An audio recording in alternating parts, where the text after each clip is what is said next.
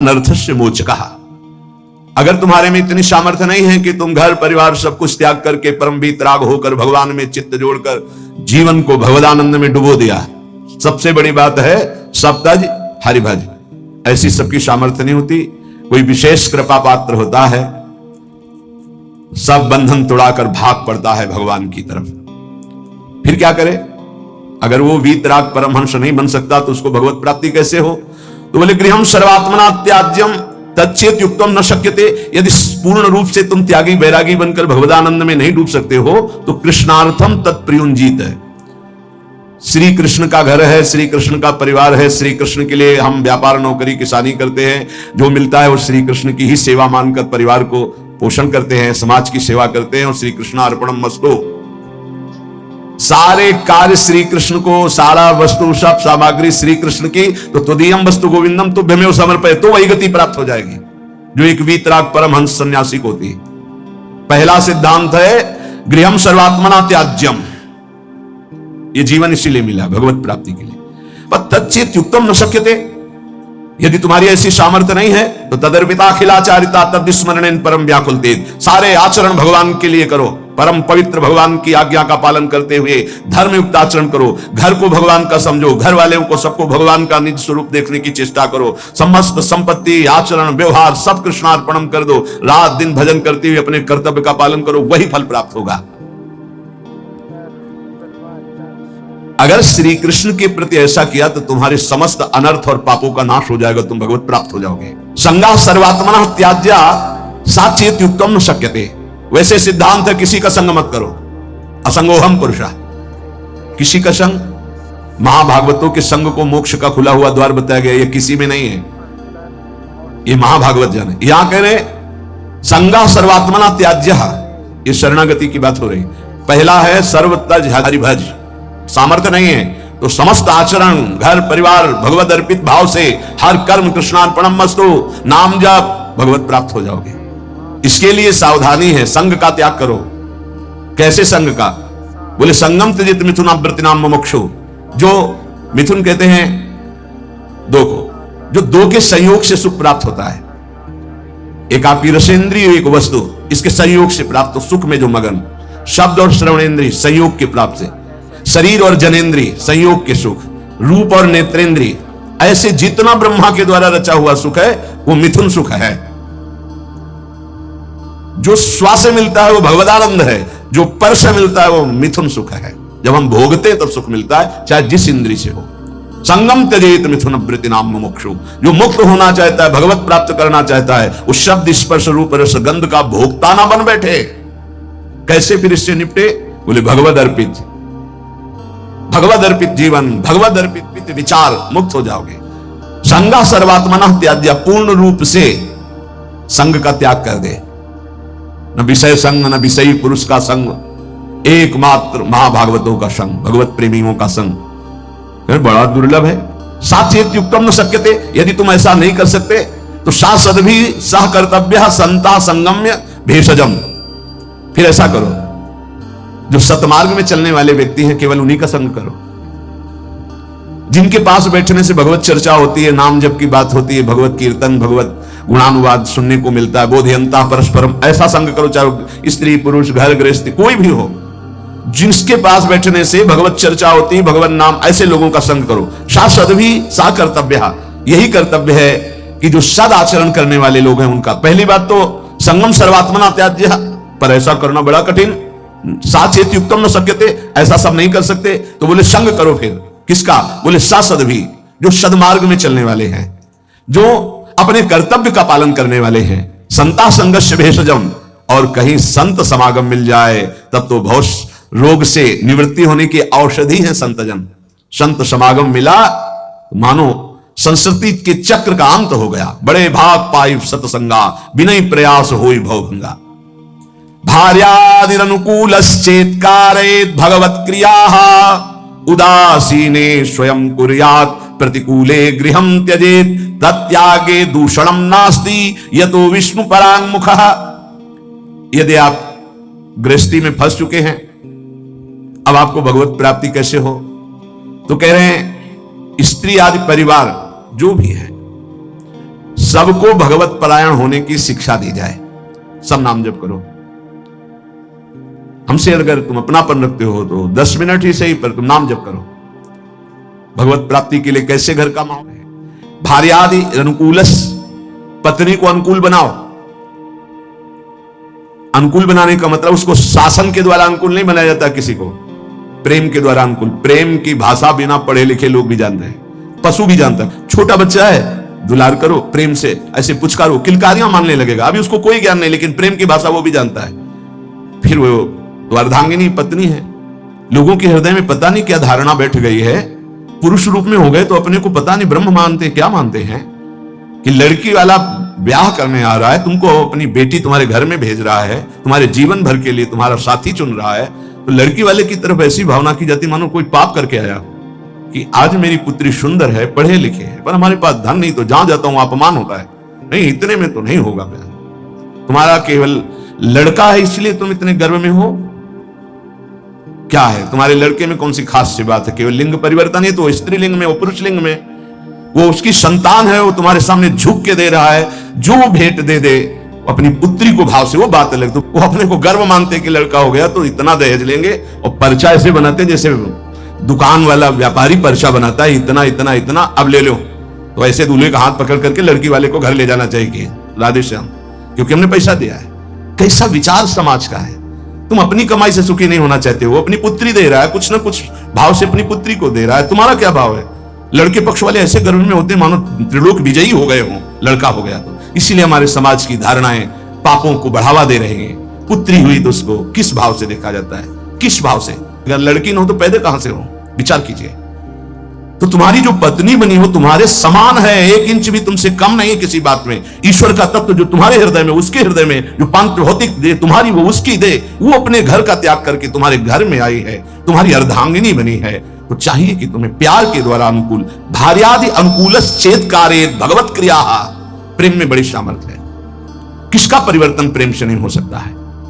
कभी समाज में अगर ये बात समझ में आ जाए कि ये दहेज लेना नरक जाने का कार्य है, बोले अमुक ने दहेज, उन्होंने मांगा नहीं था, स्वतः अपनी पुत्री के लिए दिया था। किसी को भी अगर हमारे व्यवहार में पुत्री के साथ बहुत सी सामग्री उत्साह के साथ देने का भाव तो उनके पास है, और उन्होंने दिया अपनी पुत्री को, तो आपने मांगा तो नहीं, वर पक्ष ने मांगा तो नहीं, आज बेचा जाता है। कैसी समाज की दुर्व्यवस्था है। ना सत्संग सुनते हैं, ना शास्त्र समझते हैं। तो बच्चियों के प्रति कितना निकृष्ट भाव आ गया कि एक गरीब आदमी की यदि लड़की पैदा होती तो माथा रख करके सोचता है कि मेरा दुर्भाग्य। कोसते हैं कि तूने लड़की क्यों पैदा की। अरे अगर हमारी मां नहीं होती तो हम कहां से प्रकट हो जाते? वो मां है, वो दैवी शक्ति है जो प्रकट हुई है। कैसी बुद्धि भ्रष्ट होती चली जा रही लोगों की कि बेटी के शब्द से उनको एक असौभाग्य लगता है कि अरे बेटा थाली बजाओ, चाहे वो पादुका से मार के घर से बाहर कर दे, बुढ़ापे में बेटी ही काम आएगी। फिर चलो पापा हमारे यहाँ, बूढ़े पिता के लिए बेटी तैयार है प्राण देने के। आज बेटियों के प्रति भाव यहां शास्त्र आज्ञा कर रहा है, भार्यानुकूलश्च, वो तुम्हारी अर्धांगिनी। तुम उसके साथ ऐसा कोई व्यवहार मत करो जो तुम्हारे को कभी अनुकूलता की वजह प्रतिकूलता में आ जाए। और आप ध्यान रखना, ब्रह्मा जी बहुत चतुर हैं। जब देखा कि बेटियों की ऐसी अल्ट्रासाउंड करा लिया, ये देख लिया, वो देख लिया, ऐसा भाव, तो काम ऐसी कि तुम हटा ही नहीं सकते हो। आगे की समझ गए होगे चर्चा। इस बात को समझो, तुम पाप करोगे तुम्हें भुगाने के लिए उसी जीवात्मा को भेजा जाएगा, और ऐसे रूप में भेजा जाएगा कि तुम्हारा कुछ बस नहीं चलेगा। ये जो घर गृहस्थी में भ्रूण हत्या गर्भ हत्या में प्रार्थना करते हैं, आज वो समय नहीं कि बेटी हुई तो तुम्हें माथे पे हाथ रखना। आज राष्ट्रपति बनी बेटी भारत की। हम बार बार कहते हैं, अभी क्रिकेट मैच की पूरी बेटियां ही आई थी, बहादुर। एक सेना नायक आई थी, होश उड़ जाए उसकी दृष्टि मिलाने में। ये शेरनी भारत की दैवी शक्तियां है। ये कैसा विचार बन रहा है? पति अपने को भगवान समझता है, पत्नी को भगवत भाव में नहीं देखता है। कलह अशांति मची रहती है। अब अगर आप कह रहे हैं कि हमारी पत्नी ही ऐसी है, तो आज तुम बहुत सीधे साधे दिखाई दे रहे हो। तुम्हारे कर्म ऐसे थे कि उस देवी के रूप में आई, हर प्रतिकूलता तेरे सामने। आप अगर आप अनुकूल चलना नहीं सीखोगे तो भगवान का विधान ऐसा है कि तुम्हें हर कदम पर दुख प्रदान करेगा। समान भाव।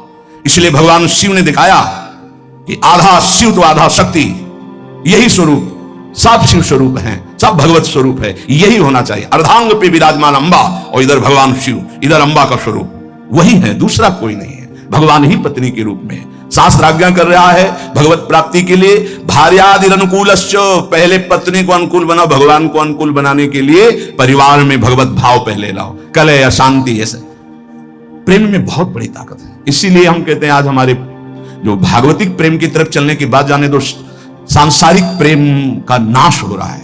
ये जो चला है ना आजकल बच्चा बच्ची का इधर उधर का भाव, ये सब ये प्रेम का प्यार का नाश कर रहा है।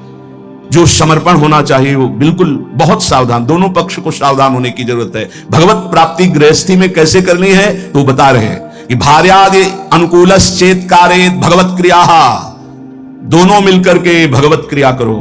पति पत्नी मिलकर धर्म अनुष्ठान करते हुए, घर गृहस्थी के कार्य भगवत समर्पित करते हुए, दोनों नाम जप करते हुए।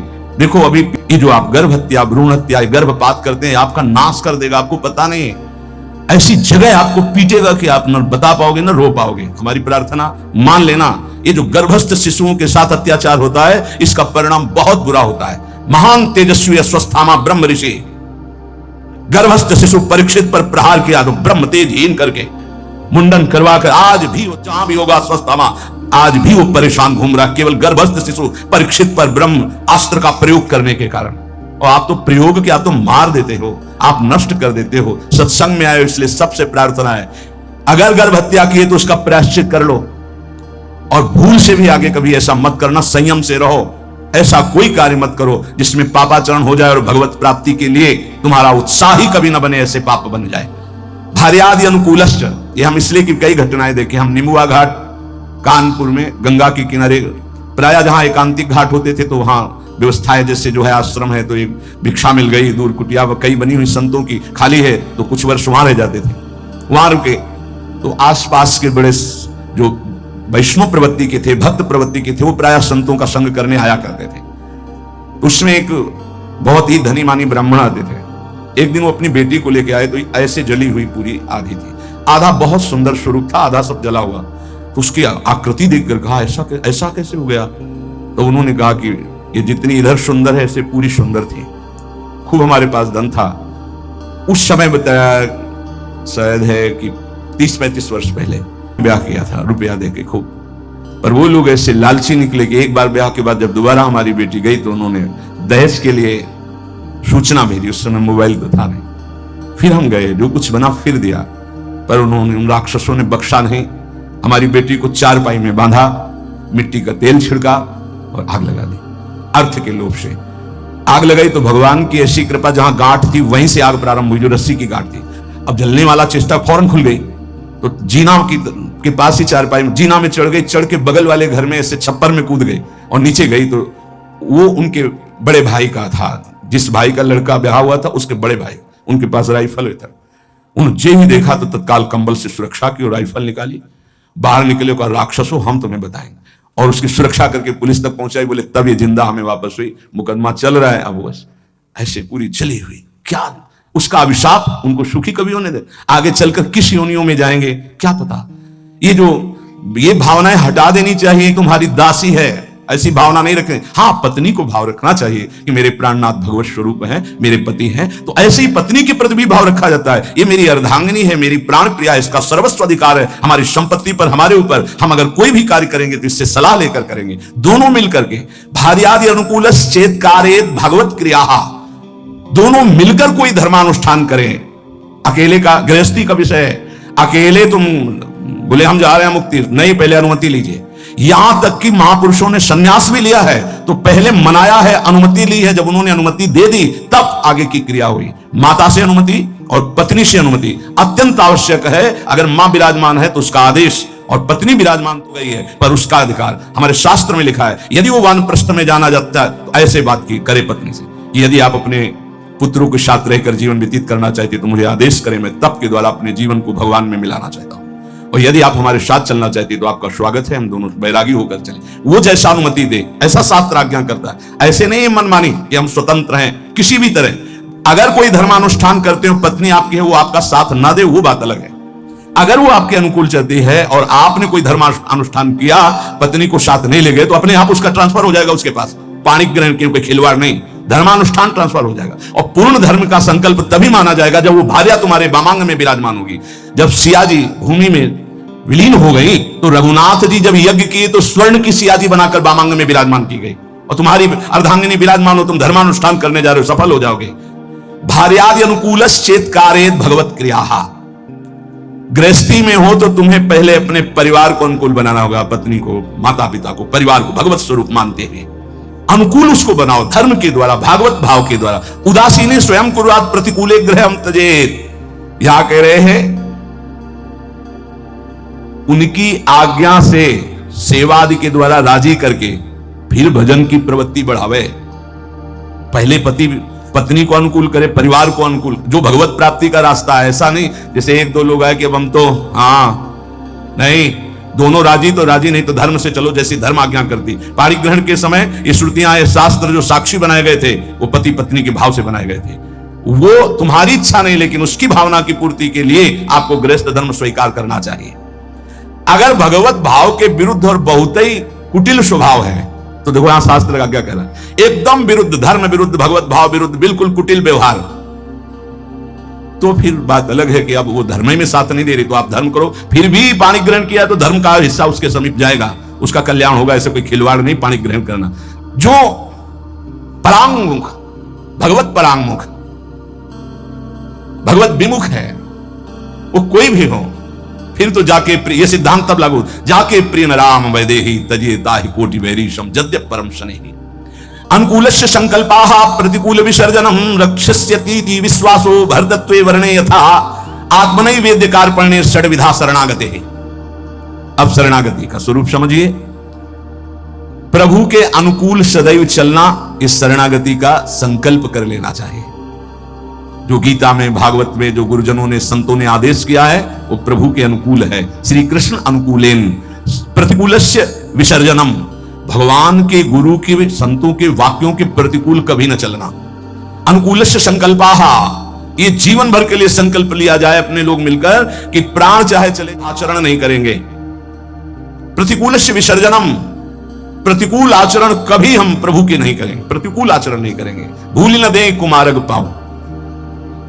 और रक्षस्यतीति विश्वासो, मेरे भगवान मेरी रक्षा करेंगे, पक्का विश्वास बना लो।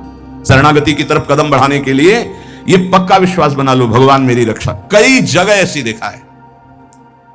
एक जगह हम फूल चयन कर रहे थे प्रभु के लिए। अब चित्तवृत्ति प्रयाजों में फूलों को देख, ये फूल ऐसा, और कदम आगे बढ़ रहे थे और वो वाकूफ था। जैसे किसी ने हमको ऐसे रोक दिया, अचानक दृष्टि ऐसे रोका, जैसे मानो कोई धक्का मारो, तो एकदम ऐसे अगला कदम जो गिरने वाला था वो एक एक कदम पे प्रभु, एक एक कदम पे, पूरे जीवन की बात करें, एक एक कदम पे प्रभु ने रक्षा की, प्रभु ने ही रक्षा की। तो रक्षिस्यतीति विश्वासो, दृढ़ विश्वास करो, जिनकी तुम शरण में हो तुम्हारे को हर समय देख रहे, तुम्हारी रक्षा करेंगे।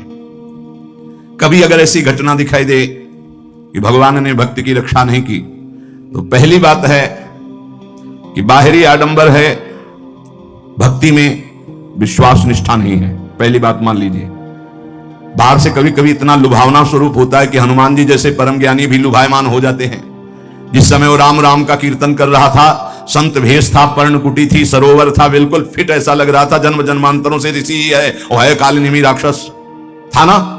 हनुमान जी जैसे परम ज्ञानी प्रभावित हुए कि नहीं हुए? हूं जाके प्रणाम किया, बोले मैं बैठे बैठे देख रहा हूं। अब रावण का पार्षद, उसको पता है युद्ध हो रहा है, बोले राम रावण युद्ध हो रहा है। महाराज मुझे पता है आप संजीवनी बूटी लेने जा रहे हैं। अरे महाराज आप तो त्रिका लग गए।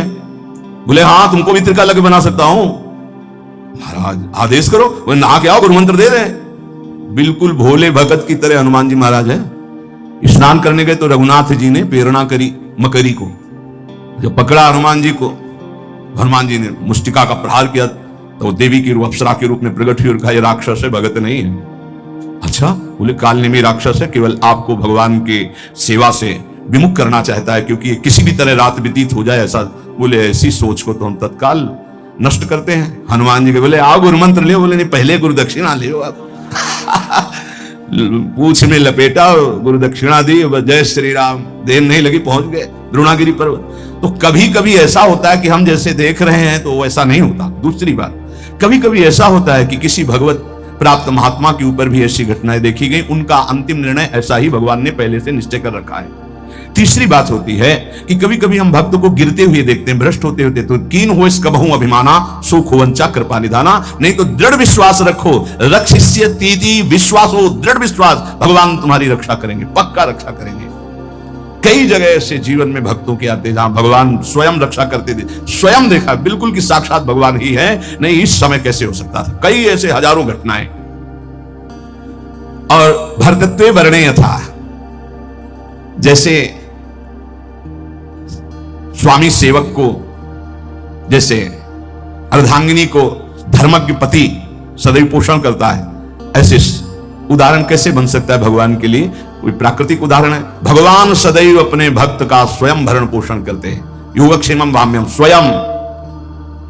एक बार इसी श्लोक पर किसी को संशय हुआ, बड़े विद्वान थे, कि अनन्यश्चिन्तयन्तो माम ये जनाः परिपासते तेषां नित्याभियुक्तानां योगक्षेमम वहाम्यहम्। जो मेरा अनन्य चिंतन करता है उसके योग। बोले कभी ऐसा नहीं, भगवान को चाहिए था कि कराम्य हम, मैं करवा देता हूं व्यवस्था, वहाम्यम क्या स्वयं आते हैं? तो उन्होंने ऐसे काट करके गीता के शब्द को लिखा कराम्य, लिखा योगक्षेमम वहाम्यहम्, उन्होंने लिखा कराम्य। अब जो विघ्न शुरू हुआ, कई दिन भारी वर्षा, ना भोजन, ना कोई जजमान, ना कोई, हर अव्यवस्था ही अव्यवस्था, दाहिमाम मच गया। स्वयं भगवान श्याम सुंदर भोजन की सामग्री सब लेकर के आए। जब वो घर पे नहीं थे, गए हुए थे, देखा बड़ा सुंदर बालक, और यहां से खून निकल रहा है, रक्त निकल रहा है। तो उन्होंने कहा कि बेटा ये कैसे? उनकी पत्नी ने कहा, तो उन्होंने कहा मां, ये जो विद्वान ब्राह्मण तुम्हारे पति हैं, उन्होंने चाकू से हमें काट दिया है। ऐसे निर्दयी कैसे हो सकते हैं? तुम किनके बेटे हो, कौन हो? बोले मत जानो, मैं आपको भी और आपके पंडित जी को भी बहुत प्यार करता हूं। ये लो सामग्री, कई दिनों के लिए ऐसी सामग्री, और ये लो रत्न रख दिया, इन्हीं से खूब खाते पीते रहना। उनको बता देना कि ऐसे अपराध ना किया करें। जब पंडित जी लौट के आए तो उनके अर्धांगिनी, तुम इतने निर्दयी हो गए हो, तुमने इतने सुंदर सुकोमल बालक के भाल पर चाकू मार दी, पागल हो, पागलों जैसी बात कर। बोले विश्वास करो, देखो ये सामग्री, रत्न आदि वो रख गए हैं। और नवकिशोर बालक था, 14 वर्ष का, और वो कह रहा था पंडित जी ने, तो उनको ओहो, मैंने गीता जी के एक शब्द को काटा था, वहाम्यहम्। ओ प्रभु मुझे क्षमा करो, मुझे पता नहीं था, हम तो शब्द समझ रहे थे। गीता जी तो साक्षात आपका अंग है, वांग्मय स्वरूप है, और आज मुझे पता चल गया कि आप वहाम्यहम् स्वयं करते हैं, कराम्यहम् किसी को भेजते नहीं, स्वयं आते हैं। हम पहचान नहीं पाते, श्री कृष्ण स्वरूप में आते हैं। तो विश्वासो भर्तृत्वे वर्णेय था, भगवान तुम्हारे जीवन भर और जीवन के बाद का भी ठेका लेते हैं यदि तुम शरणागत हो। आत्मनि वेद्य कार्पण्य, आप अपने आप को समर्पित कर दो भगवान की शरण में और दीन हो जाओ, दैन्य भाव, दीन हो जाओ। दीन का मतलब वास्तविकता से देखो, हम कुछ नहीं कर सकते। हमारे भगवान हमको मनुष्य दे दिया, हमको सत्संग दिया, हमको नाम जपने की प्रेरणा दी, हमको नाम मिला, नाम की सामर्थ्य जागृत हुई, भगवत प्राप्ति हुई। सब में केवल भगवान की विशेष कृपा ही कृपा। सर्वसंग परित्याग, असमर्थ हैं तो साधु संग तुम्हें समर्थ बना देगा। भगवत सेवा के अनुकूल भाव